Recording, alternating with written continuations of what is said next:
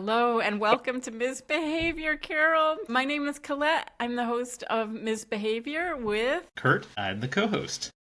and this is a podcast for college student conduct professionals. Carol, you're our first faculty guest, so we have tons Really? of questions for you. Okay. But we'd love it if you just introduced yourself the way you would like, and then we always want to know about a time that you got in trouble. Okay. Well, I will start with my name is Carol Holstead, and I have been teaching journalism at the University of Kansas. This is my 30th year of teaching. In journalism, I teach visual classes, I teach writing, editing, magazine writing, a lot of classes like that. I have taught public speaking, so I do have a little bit of that background in me. Time I got in trouble, honestly, I mean, are we just talking about life trouble or work trouble? When you were a kid or in college or Yeah, I wouldn't say I was in trouble, but I did have a fender bender about a year ago, like the first week of school on a main street, and I was inattentive to the person in front of me, and I rear-ended this person. Not too bad. Then I had to get out and stand on the curb, and a car goes by, and of course, a student, I don't know who, hangs out the car window and says, "Professor Halstead." I'm like, awesome. So, yeah, I guess that's not really in trouble, but I would say that as far as professionally, I, I managed to stay. In fact, I said to somebody the other day, I can't believe I've made it through 36 years of teaching without getting into real trouble with my faculty or my deans. that doesn't shock me. Here's how you got on my radar. A couple months ago, maybe a month ago, I was reading one of the advice columns that you had written for the Chronicle of Higher Hmm. Education. And I think it was a republished article. And I hit your name and I'm like, what else has this person written? Because I loved, you had written a story, I think, about attendance and what a crisis of Mm, attendance we were having. And I thought it was a new story or a new advice column because that's a current trend mm. in higher education. And then I saw a couple other ones that you had written, and I remembered reading those. And I just love your voice. I love. Why don't you tell this story of just the attendance advice that you Okay, gave? so I don't know that I have good advice on this. This is an issue at the University of Kansas. Right now, I'm teaching a class with 85 people, and today, when we were reviewed for an exam on Monday, 30 people did not attend. And this is very common. And so what I did was during the pandemic, I think it was during the pandemic, at that point I was teaching a class with like maybe there were 400 or 300 people in the class that semester. So I did, okay, I should have gotten in trouble for this. I didn't get the permissions. I guess I was supposed to get to do surveys and then use that information in a story. I did a survey, just you know, a non-scientific survey, and I just asked students to talk about why they didn't attend. And oh my gosh, I couldn't believe the number of responses I got. It was like out of the class, it was like 80% or something unheard of out of like 300 people. And they had a lot to say about attendance. And they did say that honestly, the only thing that gets them to attend is if someone takes attendance and really makes it count, right? So I was taking attendance, but the issue with that was even though I've been trying to figure out how to game this, because even if you give them, say, 4 excused absences, like we're not going to start taking attendance until the second week of class, and then you can have four. In my class, it's a two, this class is that I'm teaching right now is a 2 credit class. So that's 2 weeks of absences. They will use them to cut class, and then they will email me and say, I was sick. Can you excuse my absence? And so then you have to deal with this trauma of emails, right? And the University of Kansas, like, around the pandemic, came up with a policy that said, even if you have this policy of days of excuse, that are freebies, you still have to excuse absences. And I talked to somebody today who's in an office that sort of is related to that. And I said, this is keeping people from taking attendance because if we have to do this, it means that we're talking 100 emails in the course of a semester. You know, I'm an entertaining teacher. I'm a performer. I have a master's degree in theater. I've done comedy. There isn't an audience big enough to scare me. Some students say they come to my classes because they want to see what Carol will say in class. And here's another example of times I should have gotten in trouble, and I am now thinking of a time, but I don't even think I can tell this story on a podcast. But students, they have, if you don't hold them accountable, they're not going to come.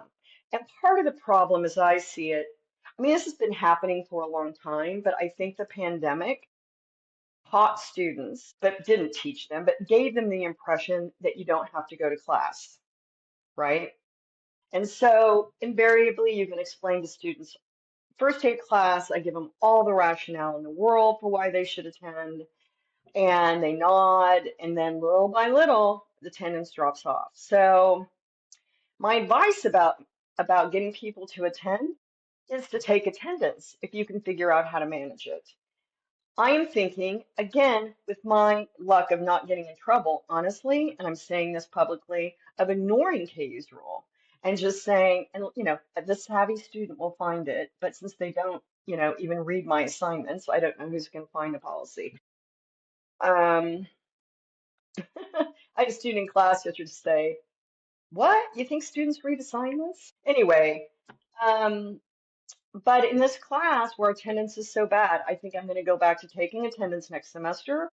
There are apps for that make it super easy to do, or in Canvas, you can just ask a question a day or whatever. And then if they come to me, I'm just going to have a lot of rules around it, right? And I think I'm going to tell them that if they suffer from depression, and they've got some kind of documentation of that to share it with me. That way, if they need mental health days, and because this is the one that students pull out, they say, well, I just am not having a good day. I'm depressed. Can you excuse my absence? Well, it's not the same as being sick and saying, well, do you have some kind of documentation for that?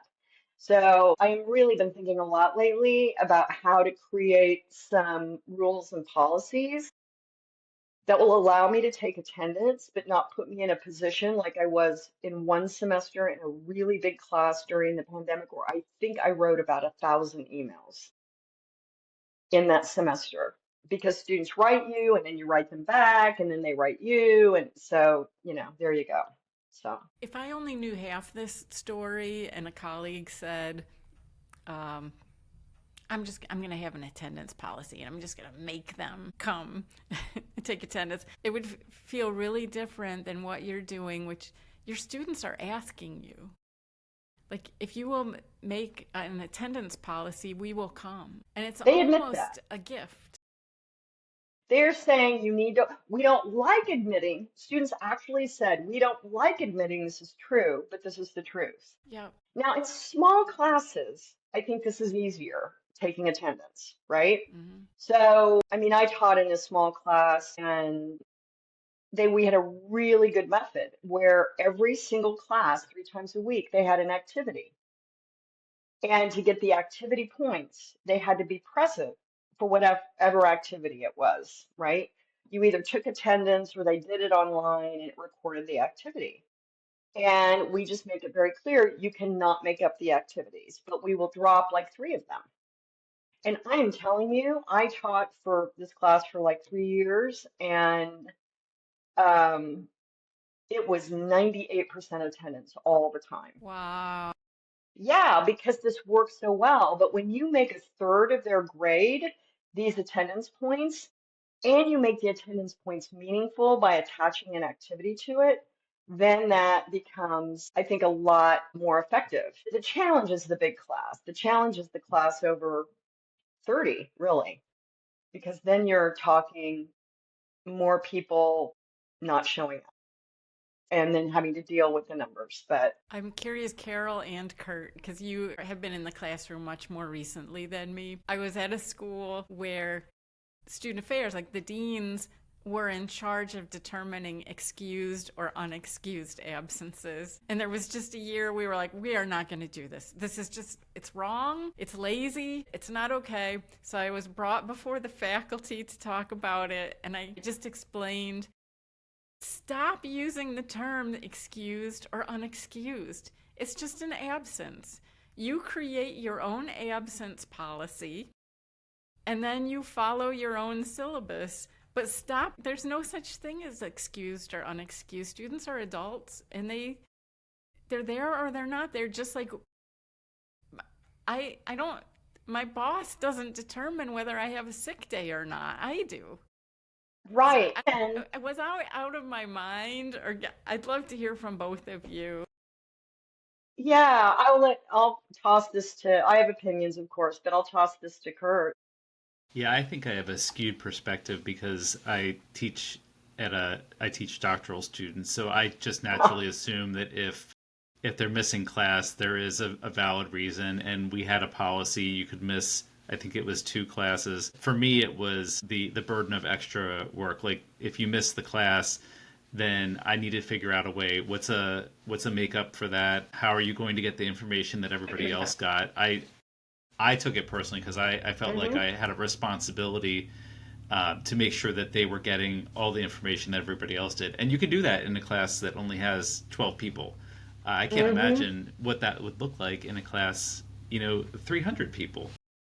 Well, in a larger class, of course, this is going to be my next article for I hope, for the Chronicle, is how to lecture, because we're all talk about how you have to flip classes, but the truth is, in a big class, you have to be able to lecture and keep people's attention, and I have lots of thoughts about that. But one of the things I'm thinking of is, like, in my class that I'm teaching now, is I don't post the slide decks.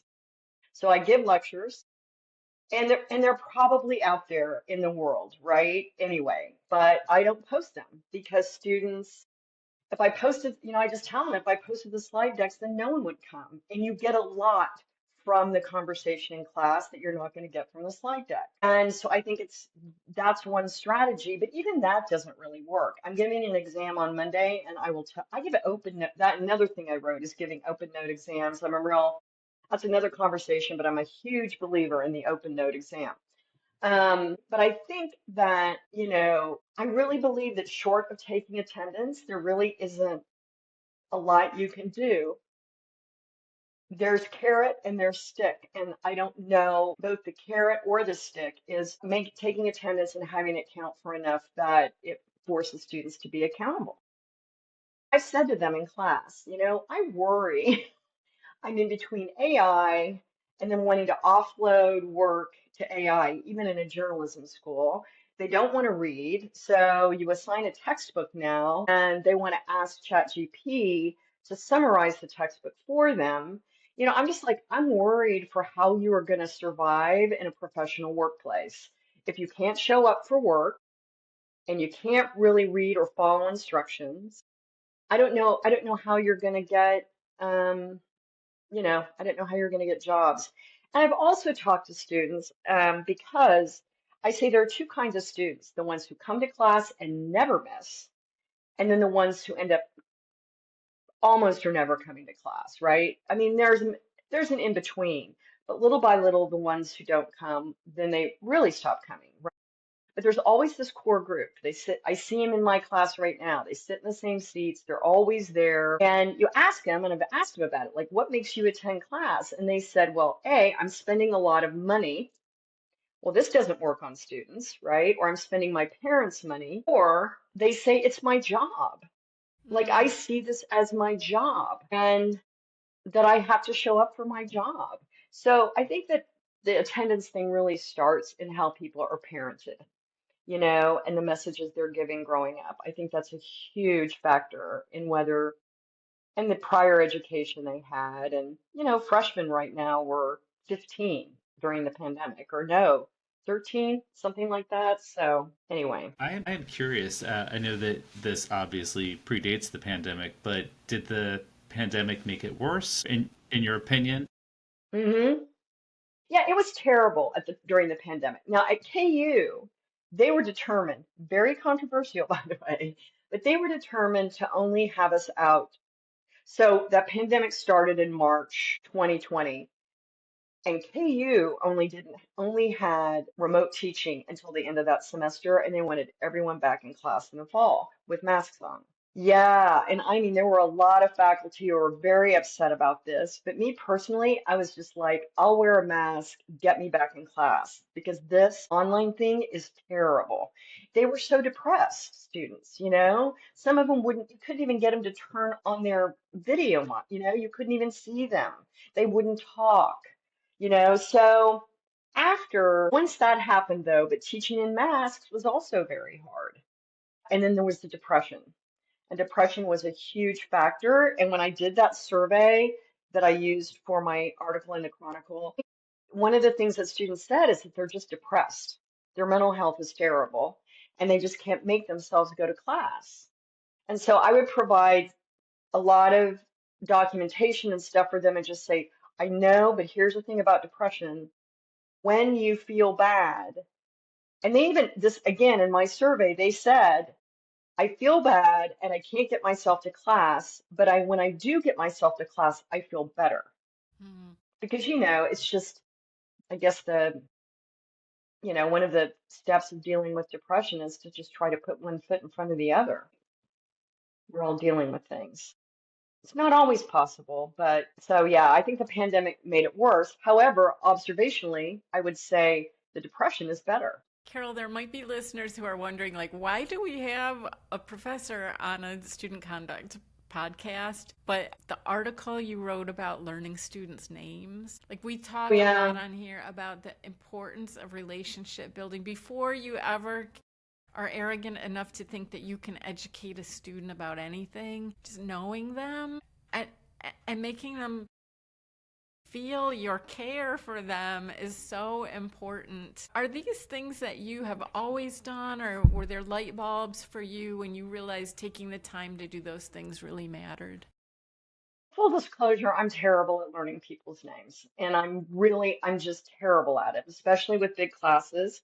And I'm upfront with students right away. I'm just like, I will remember you, I will remember your face, but I won't remember your name. It's just a glitch in my brain. It's been a kind of well, I don't want to say a lifelong problem, but names have never been my strong suit. However, I think that one of the things that helps, I have a style. Everybody's got their own style. And I have an ability to be really direct with students. I was just having a conversation with a student today, actually. She turned in an assignment. She had come to me for help on it. And I said, I got to tell you, your pictures. And she said they were terrible. And I said, yeah, they had to shoot portraits. And I said, yeah, they were not good.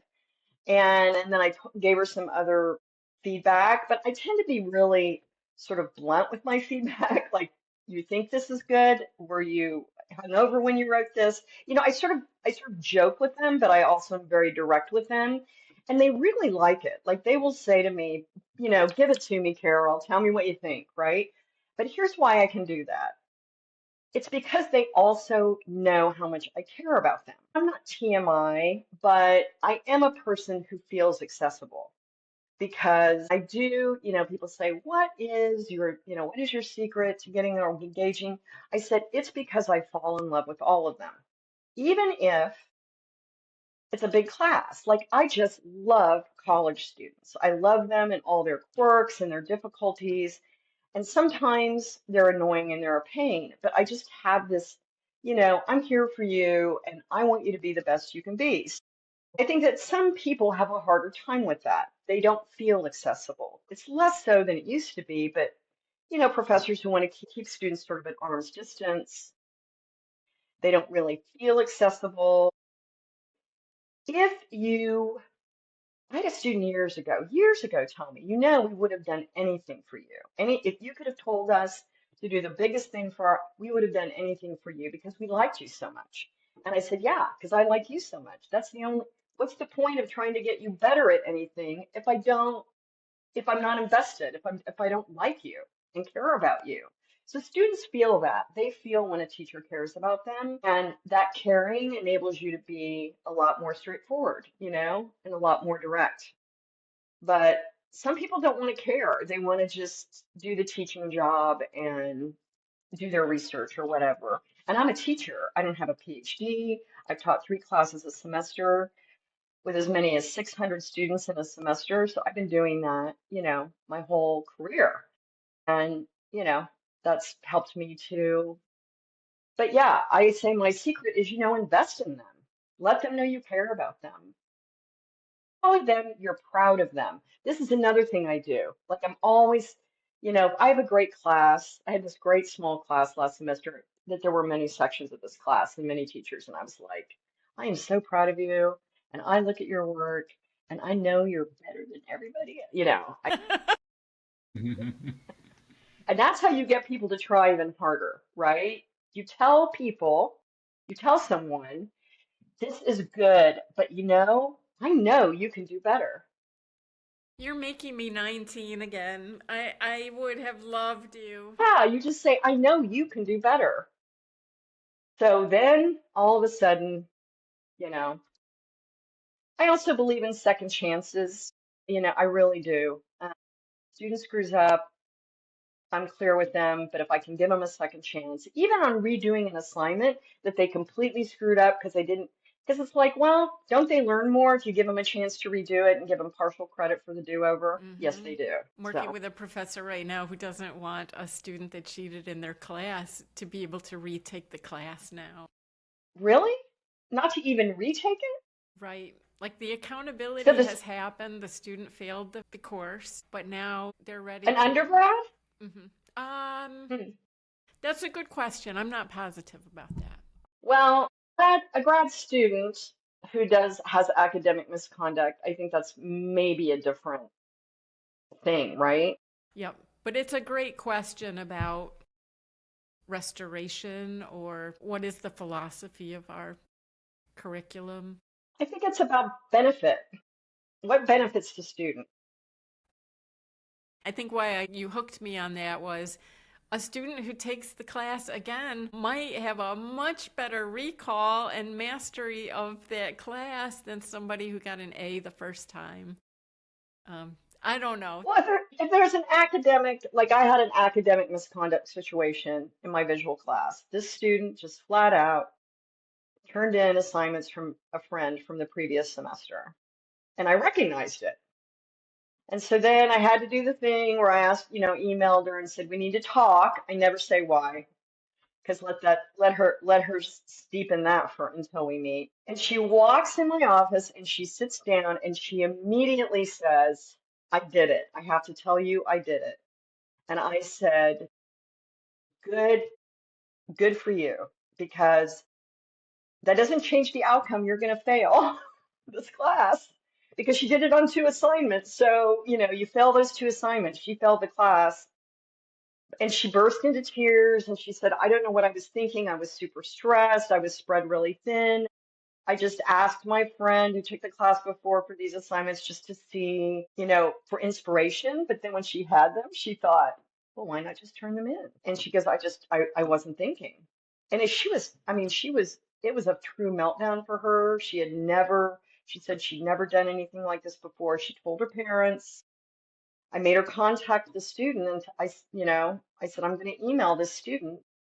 Did she know you did this? Because then you got another level problem, and she didn't have any idea. So, Oh, so then she retook the class. She retook it from me, and she did great. But it was a humiliation.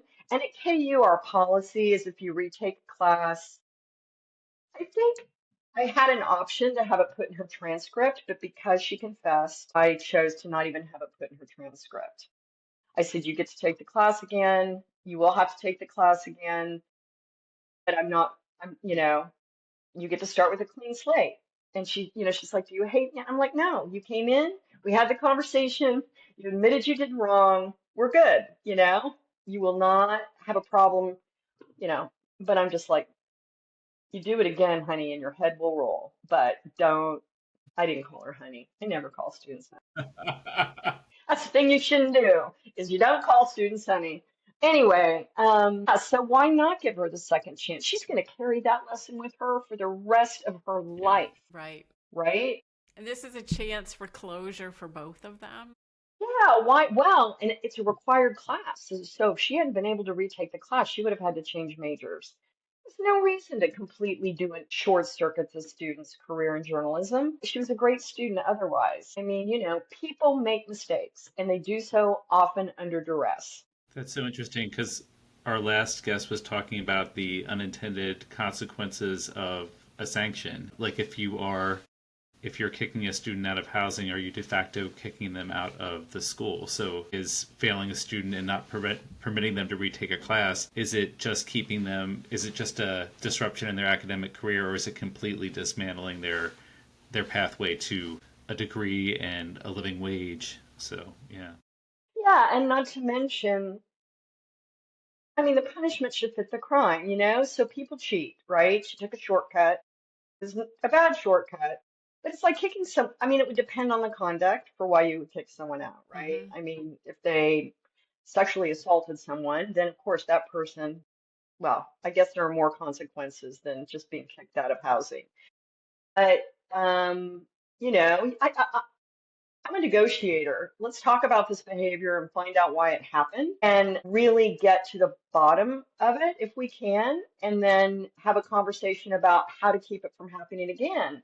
I think sometimes adult educators, they forget that these, especially freshmen, they're kids. They Yeah. still really are kids, and you have to take that into account, their maturation, their ability to make good decisions, especially guys. They don't make as good decisions often as women students do. I Hey think now. their brains, huh? No, isn't that a thing? Like guys' brains develop later than women's Yeah. brains do. Yeah. And yeah, and then think of the behavior we're modeling for someone when we accept them saying they made a mistake. I'm going to give you this, these are the consequences. Can't do anything about that. I can't just let you do the assignments over. But, I'm like, your life will go on. You'll forget about this. Or you won't forget about it. But yeah, I just didn't see the point, right? I don't see the point. It's part of the appeal, I think, of working in higher education that you are working with a group of people who, by and large, are just learning how to manage their own independence. And Hmm. the way that you approach that can inform how they make decisions for the rest of their academic career and in the workplace, too. So I think it's just one of the joys of higher ed.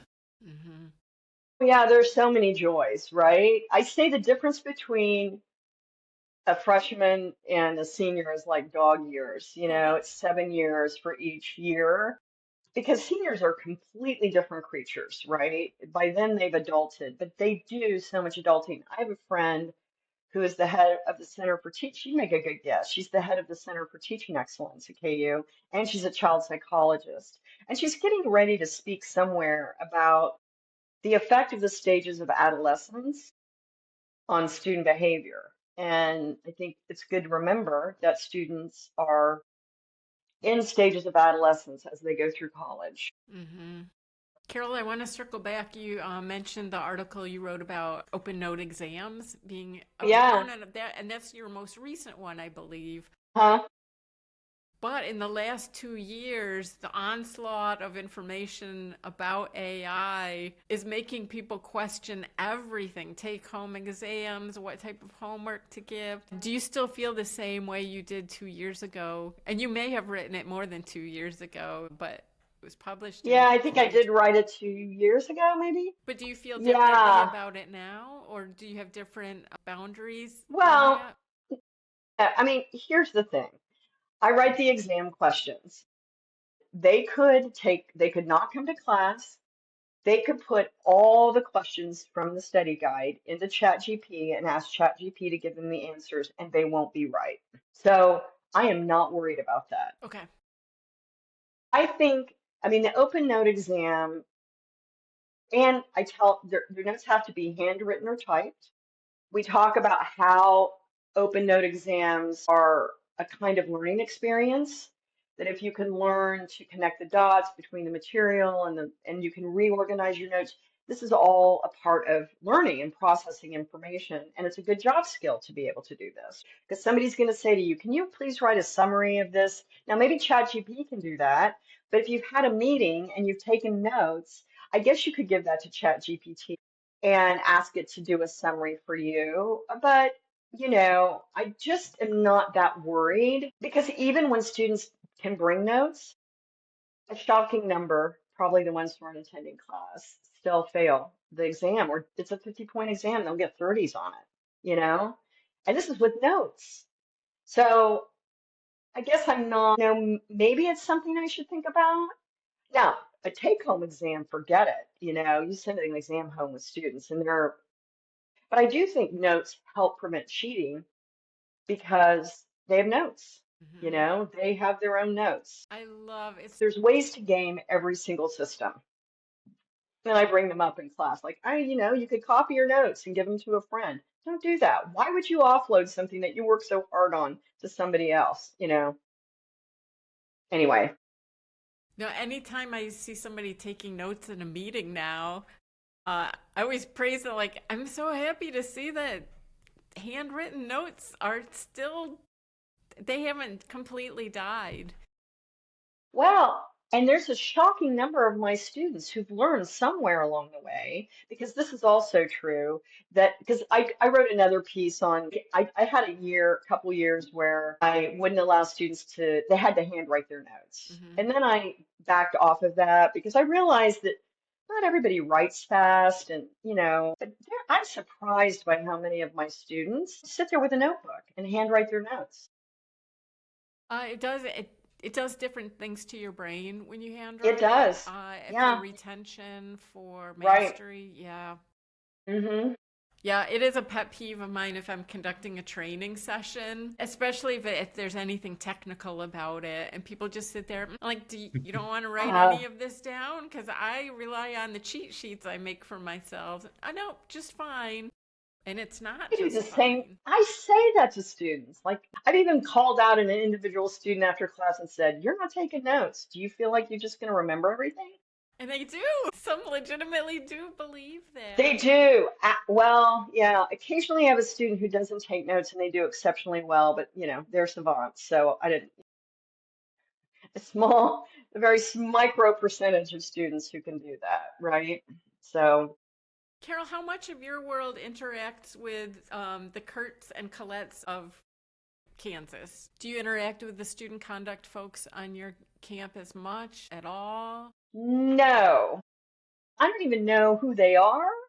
We do have a care office Mm. where if a student has a particular problem.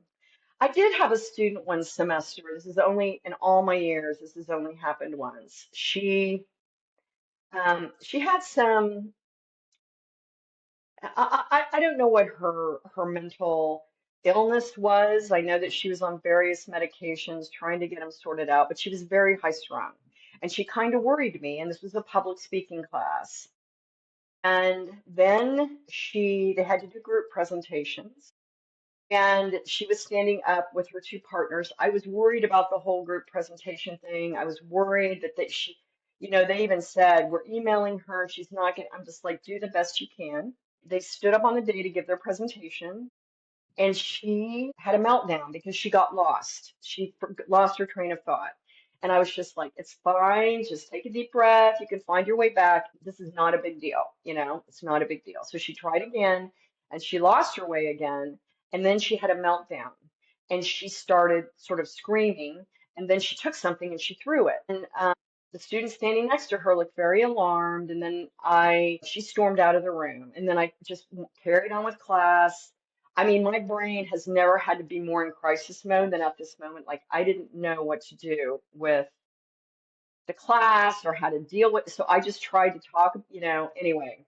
So I said, don't worry. They were all worried about her. And I'm like, don't worry. She'll be fine. I'll find her. Her stuff is still here. So she's going to have to come back. And she did. But when she walked in, I was talking to the other two students in her group presentation. And she walked in and said, you guys are talking. She got really exercised. She goes, you guys are talking about me. And then she stormed off again. So anyway, a long story. not really shortened. We had a talk, and she said, "Well, it doesn't matter. I just shouldn't be alive anymore." Well, of course, then that elevates it to Hmm. another level. I don't know if it was the conduct office. I had to call an office to find out what I should do at that point. And their advice to me was ask her if she has made a plan to commit suicide. She wanted me to use those words, Yep. suicide, which I felt Yep. really uncomfortable with. And I started to ask her the question, and she said, "No, I don't have a plan." That's what they always ask first. Hmm. Yeah. So it escalated, and the student who was, anyway, it all worked out, but I think that's been my only real experience with the conduct people. What do you guys do? I was at a small enough school. I would send at what I thought were well-timed little intervals, a faculty outreach just saying, hey, it's that time of year. You might see behaviors in the classroom. Here's what you do if it's cheating. If a student is acting out of character, troubling, here's what you do for that. But it just trying to say, like, we've got a thing, like, we're here. But if you just don't know, just call me. Got it. Yeah, if we have cheating in the school, we go to the dean, we go to the associate dean. So there's a chain of command. Yeah. But At the bigger places I've been, each academic program had its own system, which hmm wasn't always awesome, but at least there was some, like people knew who to go to. Kurt, what is it like for you at a community college? Yeah, it's all the same. Academic dishonesty, conduct, they all go in through the same office. And I think they all share the same system as if there was an incident where somebody was concerned about a student's behavior. It all kind of flows through the same part of the college. and what are your backgrounds in psychology or Mine was in counseling. okay. Residence life. No, I was a psychology major, but we joke that a lot of us in the conduct world came up through working in housing and residence life. So My last few years as Dean of Students, I was glad you said that one of your good friends is the head of your faculty, like teaching and learning center. Huh? And every school calls it something different, so it's hard when I'm among conduct hmm people. I'm like, make friends with your teaching and learning center, but it might be teaching excellence, teaching. But there's so many cases now of behavior in the classroom, like you're describing, that campus culture really takes all. Like, are we going to try to police that student? Are we going to try to wrap that student in care? Does it need to be both? And we're not doing a great job preparing faculty to deal with mental health stuff that's really advancing. It feels like younger and more frequently. Yeah, I mean, I've had a lot of conversations with students, because I'm a person that people feel like they can tell things to. Hmm.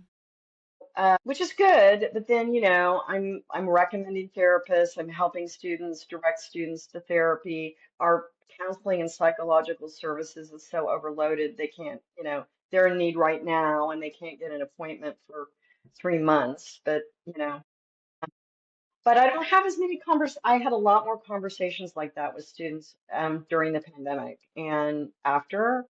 So, in a perfect world, you sort of identify those things and deal with them before they become my student just freaking out in class. But I didn't manage.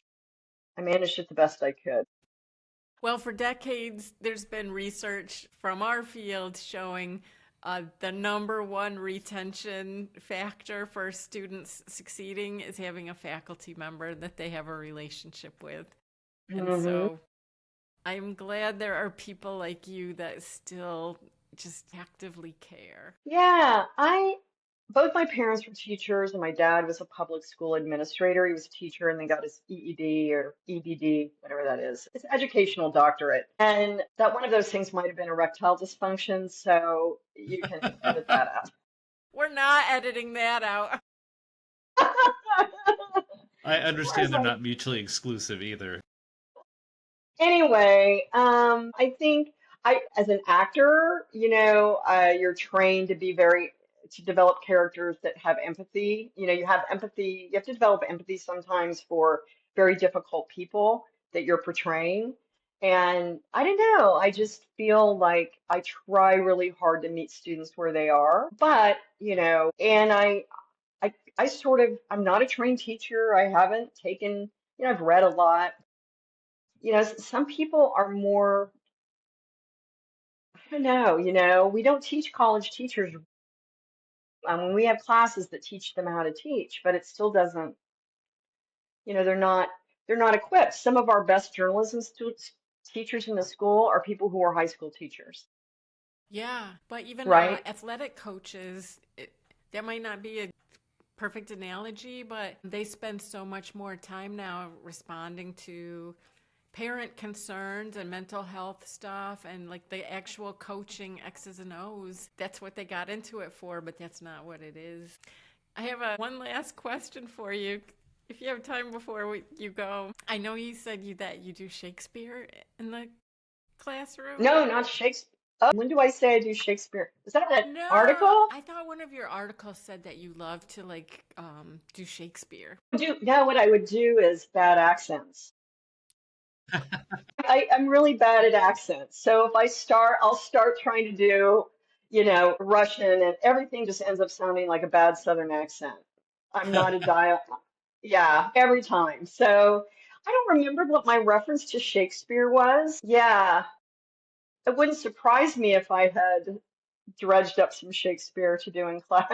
Double, toil and trouble. I was gonna ask your favorite one. I went through a year. I made a Firebird. resolution to watch a Shakespeare play every month and try to eventually do all of You're them. way up on me. Yeah, no. I mean, I love Romeo and Juliet. It's kind of the classic, but Hamlet's good as well. And I mean, there's a lot of Shakespearean kind of thoughts or expressions. Sometimes I would maybe dredge something up, but I can't tell you what. Mostly I just do bad accents. And sometimes I get accused of this in evaluations of digression. Yes, Carol digresses. I just tell them straight up, I'm likely to digress, especially if you seem bored.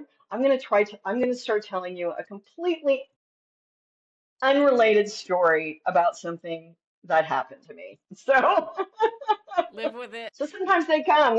That's a good attendant. That's a good way to get people to attend my class. But even that doesn't work. So You're fighting the good fight. you know, 36 years, the reason I wanted to phase retire instead of just quit is like students are the juice. Even though they are, you know, I mean, we don't have time to talk about the differences between how they were 20 or 25 years ago or 30 years ago compared to now. I will say this, more independent, you know, better at solving their own problems. And I tell students that I miss the days before email. And if you wanted to ask a question of your professor, you had to come to their office or just figure it out on your own or ask a classmate. I miss that too.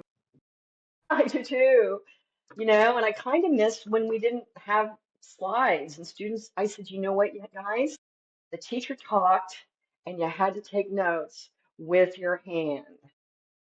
That was it. You had to listen, hear the points, and write them down. And they look at me like, oh my gosh, how is that even possible? I feel like we have to end on a high note. I'll end with this little bit of advice. Teach to the whole student. Perfect.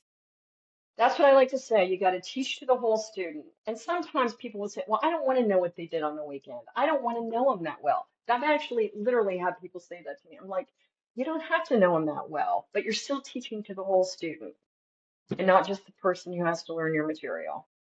That is very on brand with Ms. Behavior. Thank Good. you.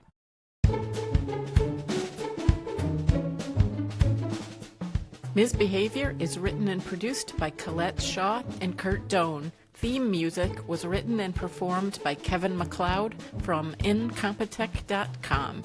You can contact Ms. Behavior at msbehaviorcollege@gmail.com. That's msbehaviorcollege@gmail.com.